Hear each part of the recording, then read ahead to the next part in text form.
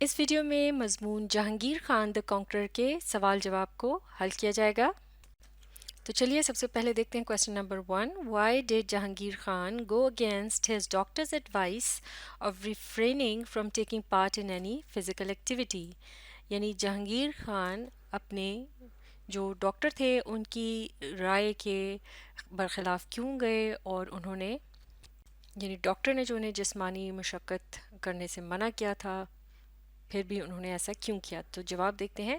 جہانگیر خان معاف کیجیے گا، Jahangir Khan was a weak child, یعنی جہانگیر خان جو تھے وہ ایک یعنی خاصے جب وہ چھوٹے تھے تو کمزور تھے۔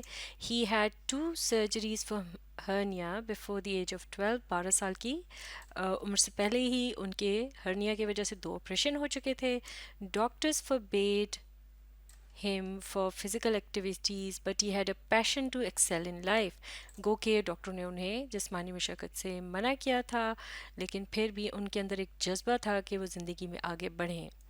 That's why he did not follow the doctor's advice، لہٰذا انہوں نے ڈاکٹر کے مشورے پر کان نہیں دھرا اور اپنے جذبے کو اہمیت دی، یعنی پھر وہ اسکواش کے میدان میں آئے۔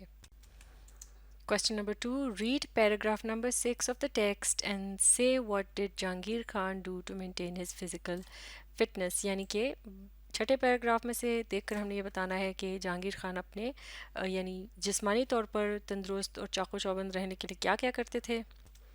تو جواب اس طرح سے لکھ سکتے ہیں۔ Jahangir Khan would start his day with doing a 14 kilometer jogging in 1 to 2 hours، یعنی وہ اپنے دن کا جو آغاز ہے 14 کلومیٹر جاگنگ سے کرتے تھے جو کہ 1 سے 2 گھنٹے پر مشتمل ہوتی تھی۔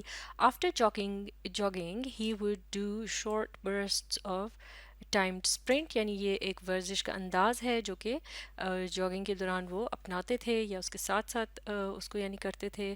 دین he would do body exercise in the gym and his last exercise was swimming, اور پھر وہ جم میں جا کر جسمانی ورزش کرتے تھے اور آخری جو ان کی ورزش ہوتی تھی وہ تیراکی ہوتی تھی۔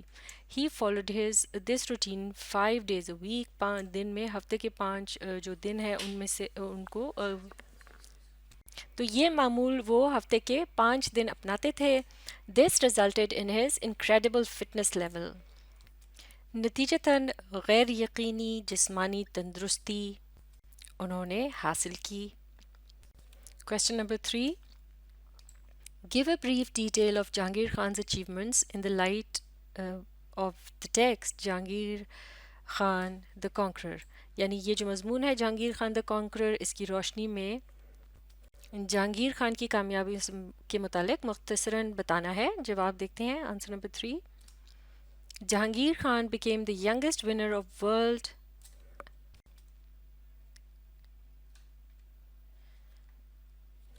معاف کیجیے گا، جواب دیکھتے ہیں۔ Jahangir Khan became the youngest winner of World Amateur Individual Championship at the age of 15، یعنی جہانگیر خان دنیا کے سب سے کم عمر ورلڈ ایمیچر جو چیمپئن شپ تھی اس کو 15 سال کی عمر میں جیت کر وہ یہ اعزاز حاصل کر پائے۔ He became the youngest champion of the world open at the age of 17، پھر 17 سال کی عمر میں وہ سب سے کم عمر ورلڈ اوپن چیمپئن بنے۔ He won 550 matches consecutively from 1981 to 1986 and got his name written in Guinness Book of World Records۔ اسی طرح سے انہوں نے 550 میچ یکے بعد دیگرے یعنی لگاتار جیتے 1981 سے 86 کے عرصے کے دوران، اور اپنا نام جو ہے Guinness book of world records میں رقم کروایا۔ He won the World Open Championship for 6 times and won the British Open 10 times in a row from 1982 to 1991، اور پھر انہوں نے ورلڈ اوپن چیمپئن شپ میں 6 مرتبہ کامیابی حاصل کی، اور برٹش جو اوپن ہے وہ بھی 10 مرتبہ جیتا یک کے بعد دیگرے، یعنی ایک ساتھ ہی ایک کے بعد ایک میچ انہوں نے جیتا 1982 سے 1991 کے عرصے کے دوران۔